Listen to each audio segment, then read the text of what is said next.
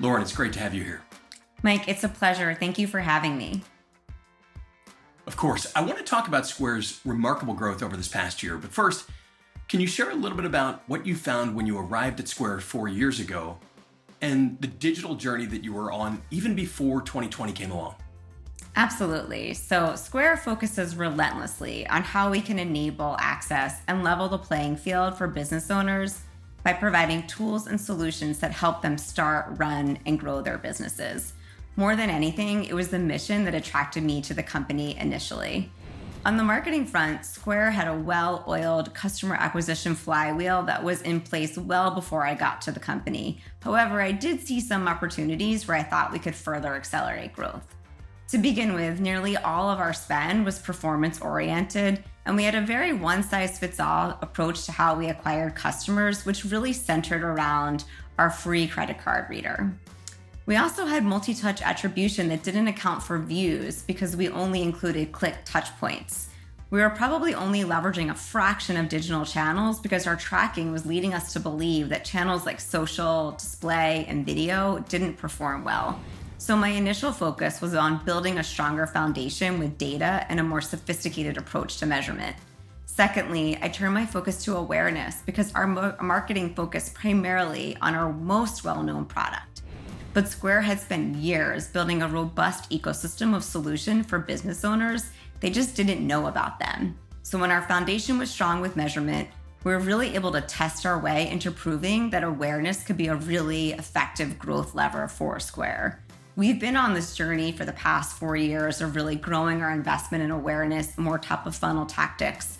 And it felt like everything got called into question again last year when COVID hit. So what did COVID mean in terms of how you thought about your mission and your strategy? Well, we had a multi-phase approach to how we thought about COVID.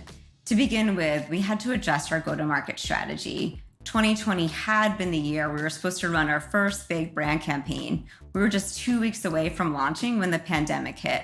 The messaging we had planned would not have been right for the moment, so we pulled down a lot of our planned spend. There was a desire to retreat back to what we did in the past, which was run performance marketing only, but we put ourselves in our customers' shoes and we knew that they needed more. First, we knew that they needed relief with so many businesses being forced to close. So we took a portion of our marketing investment and redirected it to provide refunds and free software to our customers.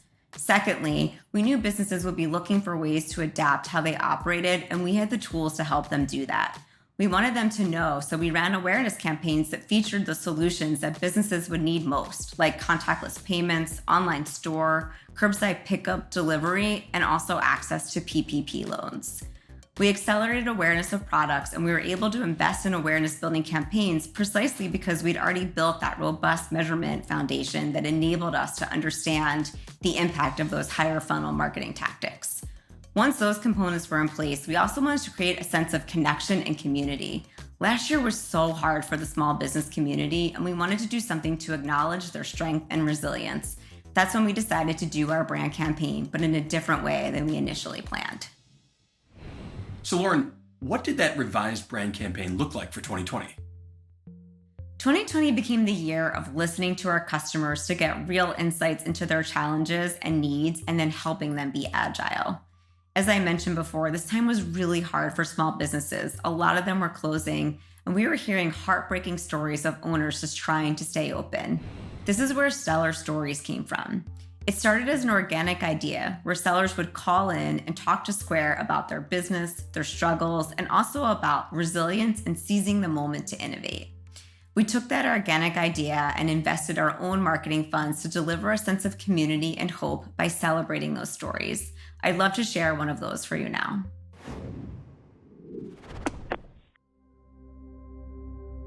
Hot Sam's is 99 years old. We embody that deep-rooted history within our city.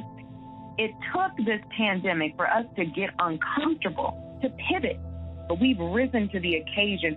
I love to say that we have survived the Great Depression, we have survived the recession, and we are survivors.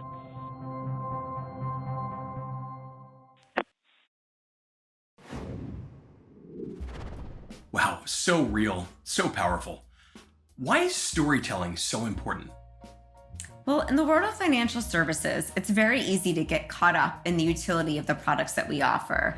But at the end of the day, money and running your own business are both very personal things. Small business owners are people who want to connect with other people.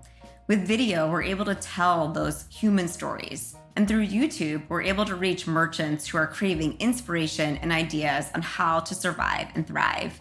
We see YouTube as a big opportunity for Square going forward, and we're excited to really create a strong content strategy, build out that content, and then leverage the scale and personalization of the platform to make merchants aware of all the ways that Square can help. So Lauren, what's the role of marketing leaders moving forward? Well, I think the goal of every brand and marketing leader is to be the brand in the category that their customers think of as a partner, and a partner that's there for them when they need them most. In financial services in particular, there's a tremendous opportunity for brands to fill this space. The industry has focused on utility, competing on price and functionality for so long.